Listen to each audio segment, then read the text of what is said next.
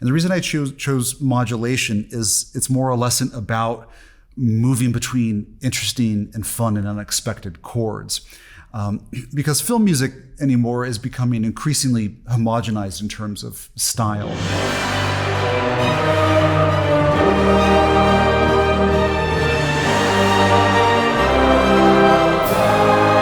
Now we're going to be talking about modulation. So why not just do a big music theory lesson on harmony and just talk about more fundamental triadic chords? Well, maybe we'll do some more on that in the future, but there's also a lot of really good resources for you all out there to learn some of those basics. They're pretty simple.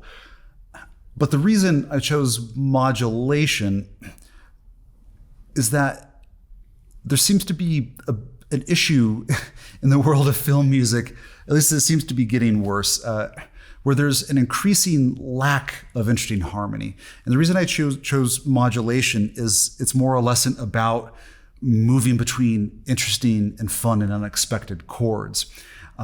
Because film music anymore is becoming increasingly homogenized in terms of style.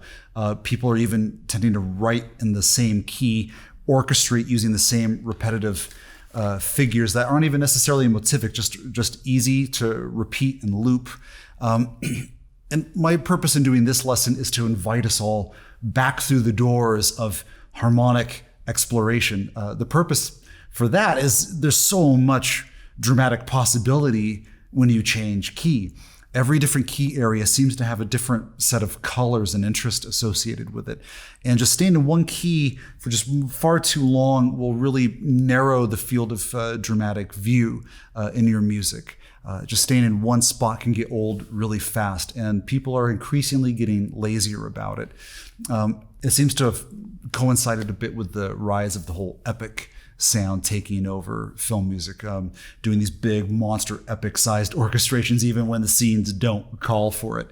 And often what people tell me is, oh, well, Hans Zimmer started this whole thing where where his music is so big and clamorous and crashing and loud and in D minor that now that's what we're all doing. So blame Hans for besetting this on us. But I actually disagree with that. While Hans really did invent the epic, amazing sound we know today, I would say, well, sure, you could try to blame someone like Hans, but it's like, which Hans Zimmer? The one who did the big epic Gladiator, Pirates of the Caribbean, or Inception scores?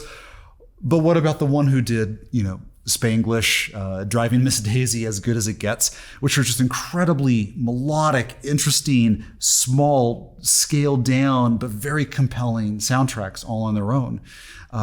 What about that one? So it's like, I get it. We all want to say, oh, one person's doing this. It started a trend. Now we're all stuck with it. But no, I think we're the ones who've generally made things lazy, and we really need to do better. There's so much more interest to be found in music, even just harmonically, like we're going to talk about, that we really need to begin to engage with more, because there's this really unfortunate narrowing of harmonic language that's really removing what I think is a lot of the interest out of film music.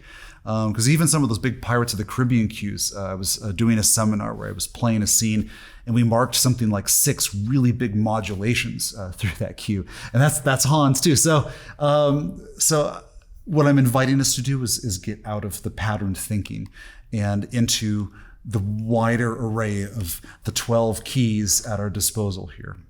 If you'd like to learn more film scoring tips like these, sign up for free, and I promise you, these lessons will help you on your journey to becoming an accomplished film composer.